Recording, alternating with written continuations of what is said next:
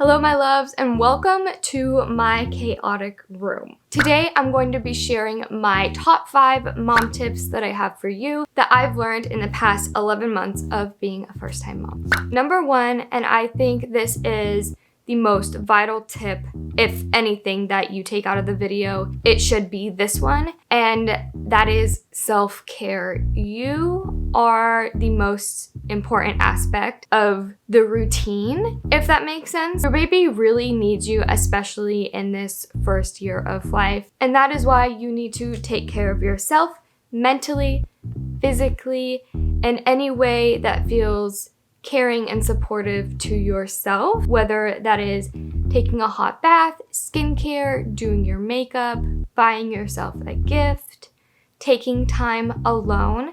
It is okay to take time alone. Just make sure that you are taking the time for you, otherwise you will become exhausted and overwhelmed, and that can lead to frustration and anger, especially with a partner and or your child. Number 2, I learned this one the hard way.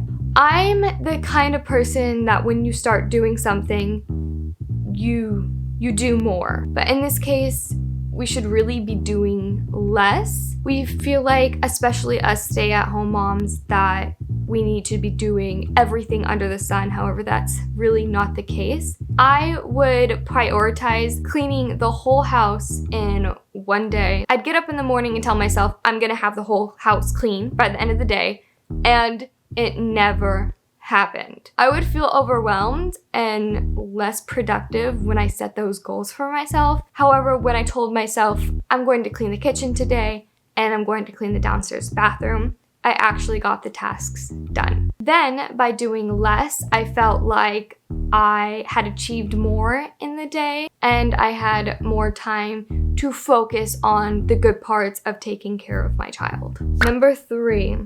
This one might be a little bit controversial. Everybody told me, like the nurses, the doctors, everybody, sleep when the baby sleeps.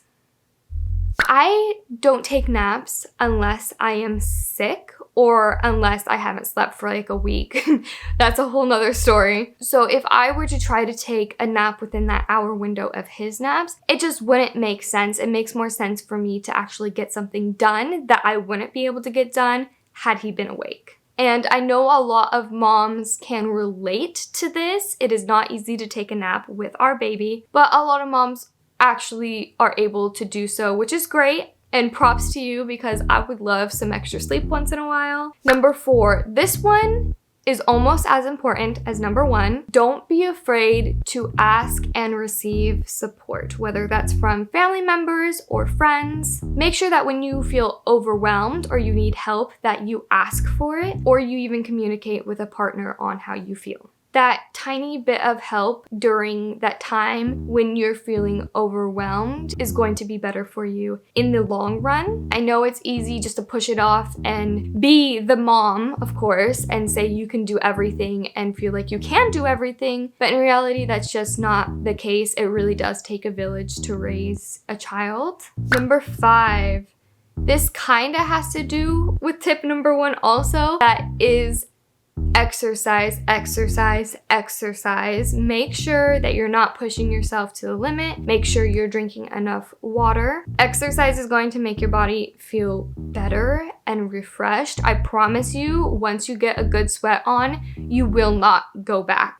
It's also vital at this point for us to be back in our healthy bodies, because not all of us do bounce back. Taking the time to care for our bodies, build those muscles that we lost over the pregnancy and the last couple months of doing everything for your baby and nothing for yourself is super crucial.